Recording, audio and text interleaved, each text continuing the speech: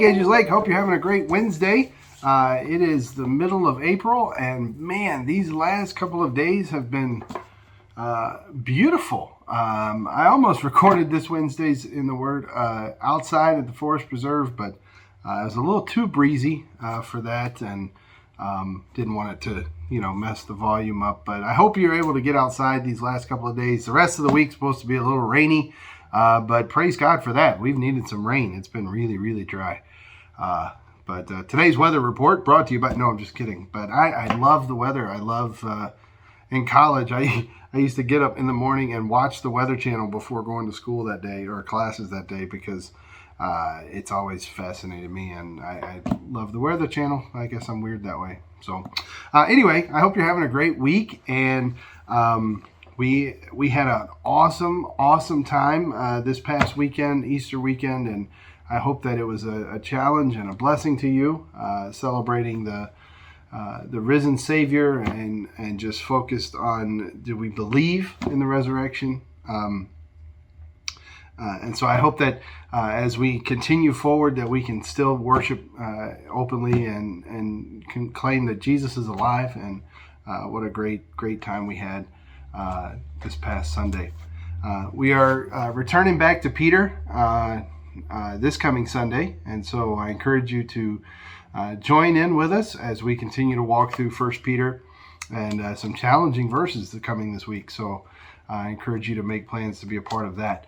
Next Sunday, not this coming Sunday, but next Sunday, Terry will be speaking again. I'm going to be out for that Sunday, but so you make plans to be a part of that, and he's already praying about what God's leading for him to speak on in that regard. So that's not this coming Sunday, but the following Sunday. And then don't forget, as far as our church is concerned, a couple of announcements. We have our men's prayer this Saturday at 8 a.m. So I invite you to men to be a part of that. I'd love to see you here on Saturday morning for some time of spending time together, eating breakfast, and then praying together as well. So that is this Saturday at 8 right here in our fellowship hall. Also, we have our annual meeting coming up of our members. And if you're not a member of our church and you would like to be, send me an email. Let me know. We would love to get you connected more fully in our church. These are voting members, which means that every year our board is up for re-election. There's also things that we vote on as a church as far as missionaries, as far as big decisions about the church and stuff. And so if that's something that you've been thinking about or praying about and you want more information, please send me an email or talk to me here at church, and I would love to get the information to you so that you can be a part of our church. Full membership privileges comes with So if you are interested in being a member, please talk to me. I'd love to give you some more information for that. But the meeting is April 25th at 5 o'clock. It'll be in person. We will not be live streaming that. So all members, please make plans to be a part of that for that evening as we vote. And as part of our Constitution, to let you know, so you're thinking and praying about it.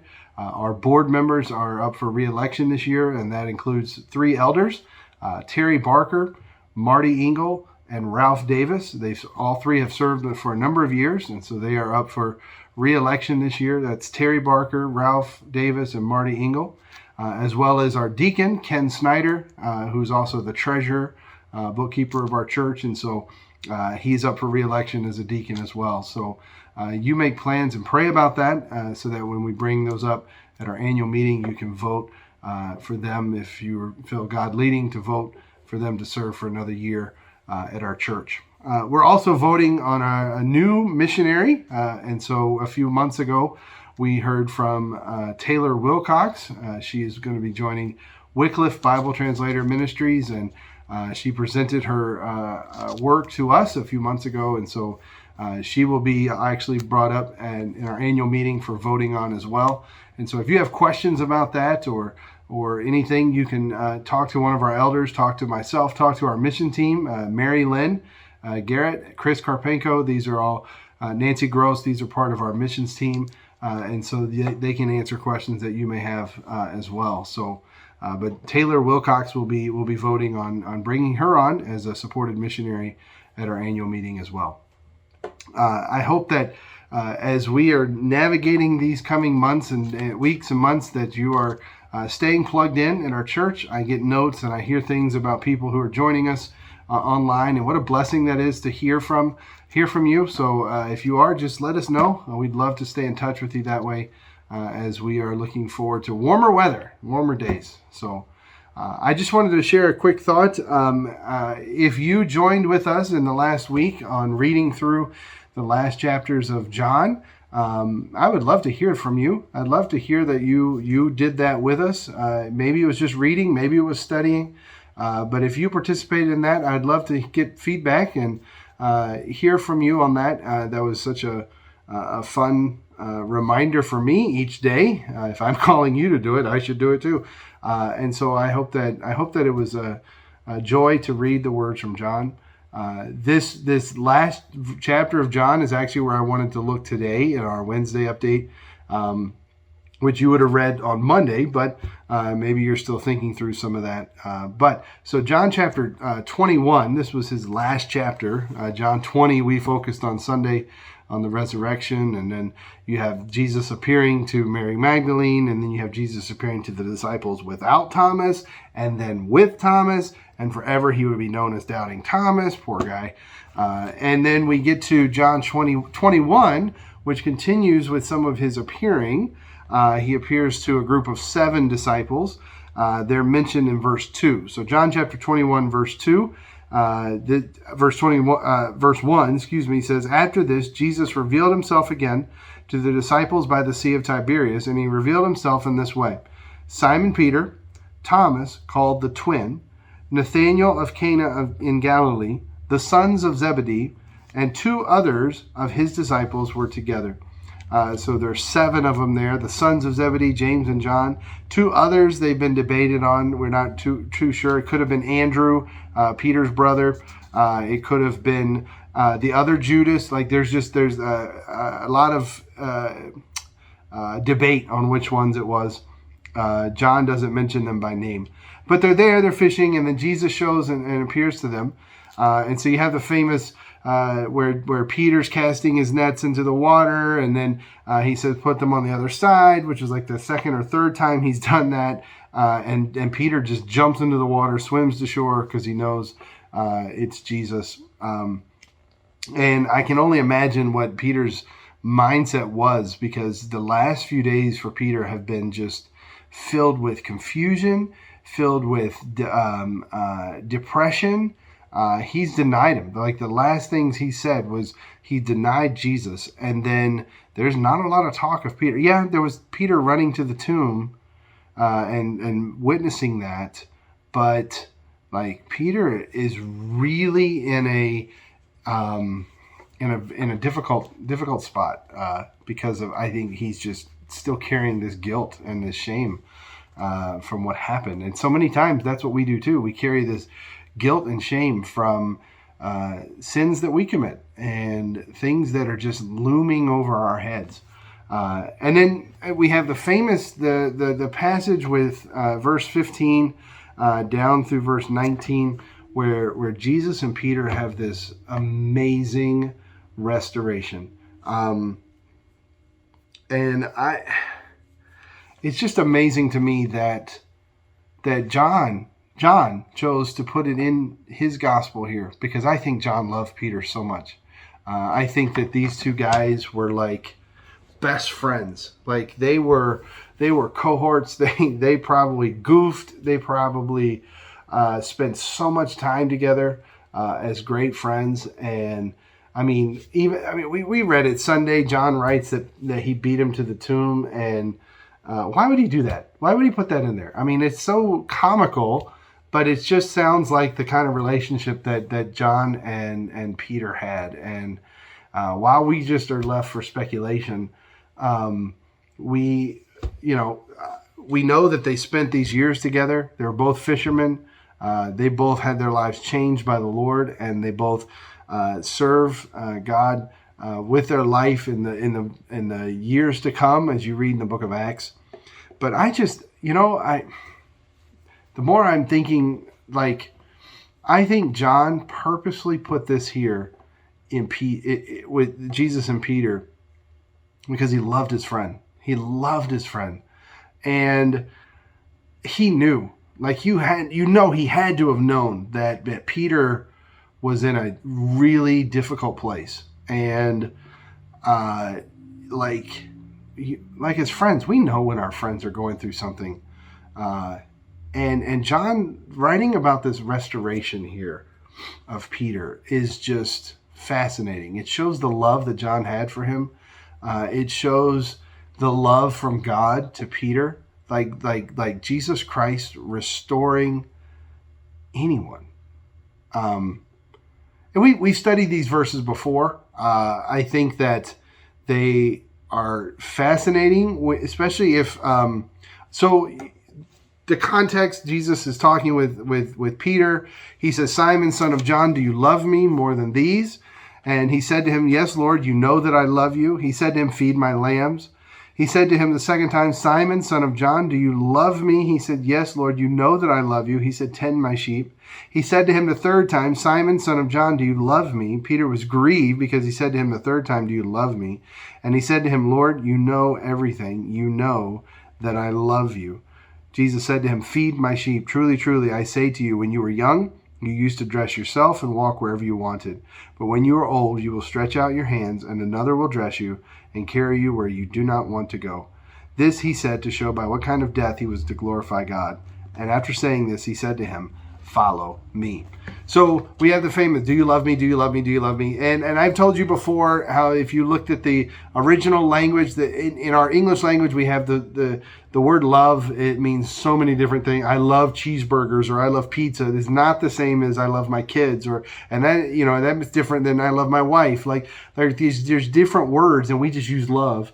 In Greek, they have different words that they actually use. The eros that we get the word erotic from is like a sensual, passion, physical type of attraction. That's not mentioned here.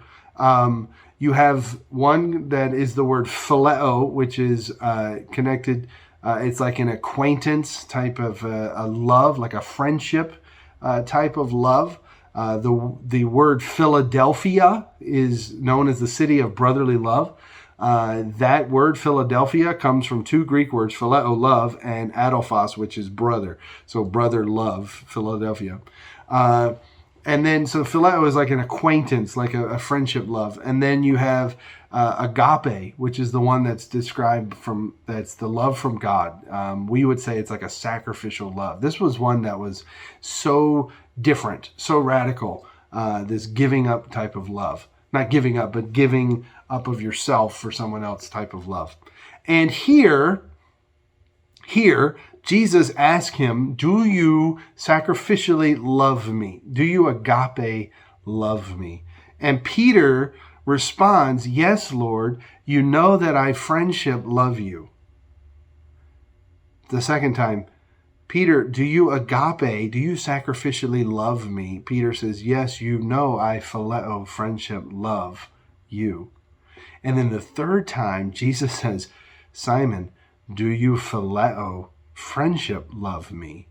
And then it says, Peter was grieved because he asked him that. And he said, Lord, you know everything. You know I friendship, love you.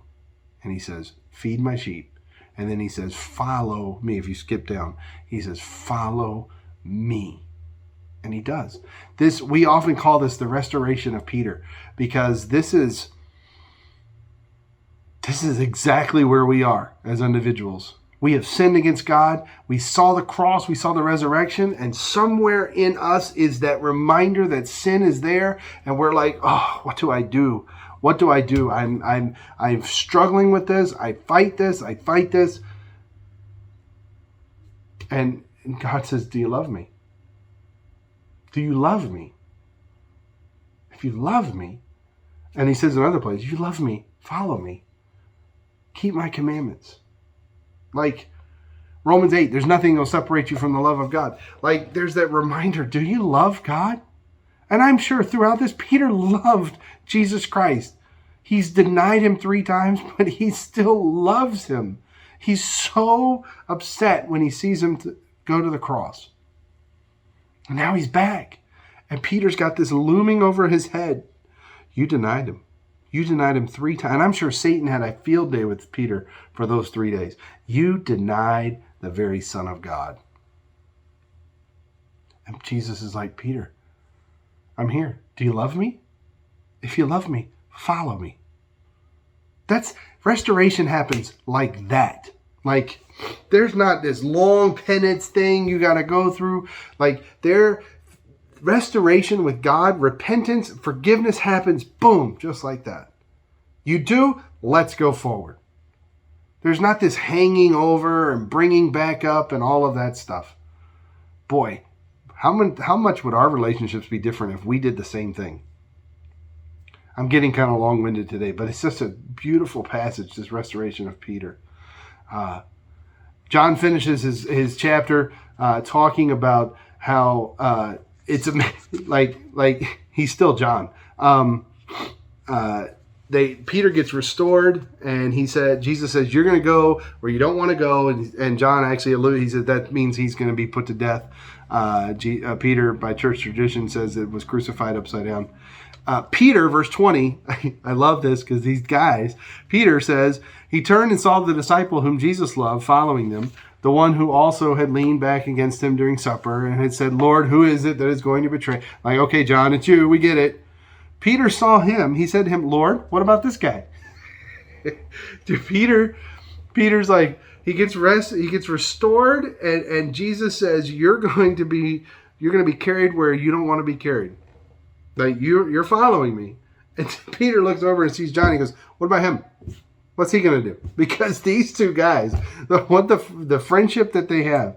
And when Peter saw him, he said, Lord, what about this man? Jesus said to him, if it is my will that he remain until I come, what is that to you? You follow me. Jesus is like, Peter, I've got a plan for John, just like I got a plan for you. What does it matter what I do with John? If I have him stay until I come back, that's for me and him. That's not for me and you. This is my path for you. Boy, well, there's a whole message right there, right? Like, instead of comparing each other, like, what, anyway. So the saying spread abroad among the brothers that this disciple was not to die. Yet Jesus did not say to him that he was not to die. But if it is my will that he remain until I come, what is that to you? Like, John's like, listen, guys, I'm just writing to tell you right now, a bunch of people have been saying that I'm not going to die. Jesus never told me that I wasn't going to die. He just said to Peter, mind your own. No, he didn't say mind your own. He just said to Peter, focus on my path for you and not so much someone else's. And then of course the final verses talk about John saying, hey, I'm writing this so that you believe and you know Jesus is the Son of God. I love humor. I love the fun things that we find in the Bible. I love Peter and John and their connection with each other, their connection to Jesus. I hope that each of you has a great rest of your week. Get outside today before the rain comes tomorrow and it gets a little colder. But know that I love you, and we'll see you next week. Have a great week, everyone.